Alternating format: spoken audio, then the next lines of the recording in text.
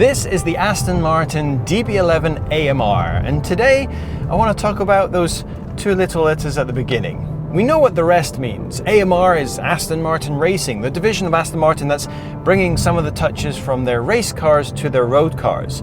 11 because, well, it's kind of the 11th in the series. That's kind of a story in its own right. But what do those two little letters DB actually stand for?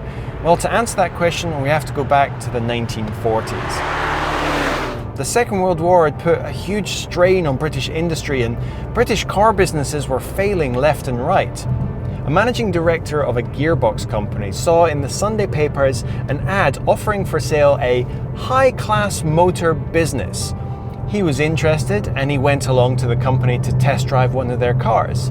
The company turned out to be Aston Martin, and that man's name was David Brown. The car he test drove was a prototype by the name of the Aston Martin Atom, and David Brown, he saw some potential in it, so he decided to buy the company. So David Brown had his car company and they started development of the Atom to turn it into a road car.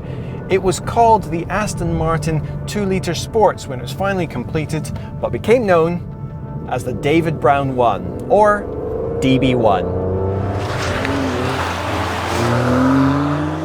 David Brown's influence didn't end there. When another company was looking for a buyer by the name of Lagonda, David Brown stepped in and along with the company got an engineer that worked there, a Mr. W.O. Bentley.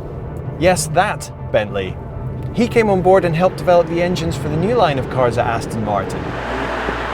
Many cars after that had the DB name: DB2, DB3, DB4, DB5, DB6, but in 1972 David Brown had to sell the company off to combat new financial problems it had run into. The DB line stopped there. The DB cars were no more, but fast forward to 1993, David Brown had sadly passed away and Aston Martin now belonged to Ford, and out of homage to that man and the amazing cars that bore those initials, a new car was launched, the DB7. And since 1993, the name has stuck. All the flagship GT cars from Aston Martin have had those two little letters at the beginning, from DB7 all the way up to this, the new DB11 AMR. And now you know.